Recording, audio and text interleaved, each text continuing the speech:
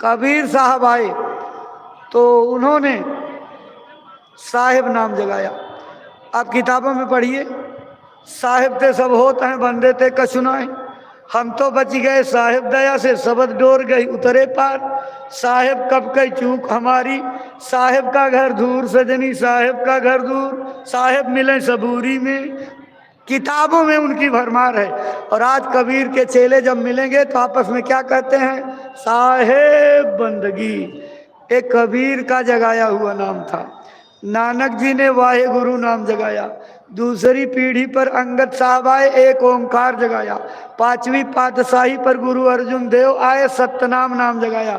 10वीं पातशाही पर गुरु गोविंद सिंह आए, सत श्री अकाल नाम जगाया। आज भी गुरुद्वारों में उच्चारण होता है, जो बोले जय श्री सत श्री अकाल वो होवे निहाल। ये गुरु गोविंद सिंह का जगह नाम। सूरदास की किताब को उठा करके पढ़िए, हर के पद के अंत में श्याम शब्द मिलेगा। सूर श्याम बलियास चरण की, सूर श्याम देखे बिन तरसत, सूर श्याम सरिता है रूखी। हर पद के अंत में श्याम शब्द मिलेगा। ये सूरदास का जगाया नाम था। मीराबाई को भक्त शिरोमणि कहा गया। उनके पदों के अंत में आप देखो तो गिरधर शब्द मिलेगा। मीरा के प्रभु गिरधर नागर, मीरा के प्रभु गिरधर नागर, ये गिरधर मीरा का जगाया हुआ नाम था। गोस्वामी जी ने राम नाम जगाया। इसी तरह से बहुत सारे महात्मा अपने समय में आए। अभी राधा स्वामी नाम जगाने वाले आगरे में आए। इसी पद्धति से गुरु महाराज ने जब अपने गुरु के चरणों में बैठ करके उस मालिक को प्राप्त किया तो अपनी साधना के बल से इस जय गुरुदेव नाम को जगाया है और इसमें ताकत भर दी है। और गुरु महाराज कह करके गए कि यह इतना बड़ा जहाज मालिक की दया से तैयार हो गया है, अगर इस जहाज पर सृष्टि के सभी जीव बैठ जाएं तब भी खाली रहेगा और सबको पार उतारेगा। ऐ भाई बहनों, गुरु महाराज कह करके गए कि आप देखना इस जय गुरुदेव नाम से सारी दुनिया भाव पार जाएगी।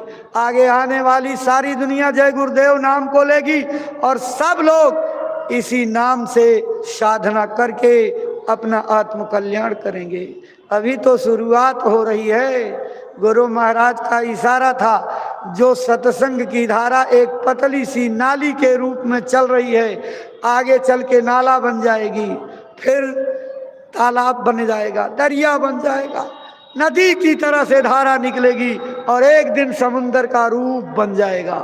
गुरु महाराज जिसका संकेत दे करके गए, धीरे धीरे उस दिशा में हम लोग चल रहे हैं। आध्यात्मिक और वैचारिक जागरण का जो काम जय गुरुदेव धर्म प्रचारक संस्था मथुरा की अगुवाई में और पूज्य पंकज जी महाराज के सानिध्य में हो रहा है, इस तरह का काम दुनिया में कोई संगठन नहीं कर रहा है। जब आगे इसी की खोज होगी, इस पर पीएचडी होगी, लोग शोध करेंगे कि वो कौन से लोग थे जिस समय पैसे की संस्कृति थी, पैसे का प्रभुत्व था, लोग कौड़ियों के मोल जो है लोगों का कत्ल कर दिया करते थे।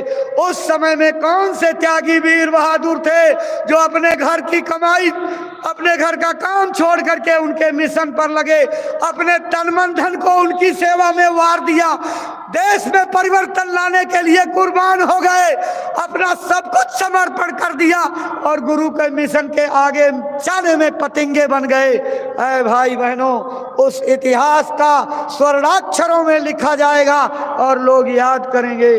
गुरु महाराज ने यही तो कहा कि तुम मेरा साथ दे दो और मैं तुम्हारी जीवात्मा का कल्याण करके दिखा दूंगा।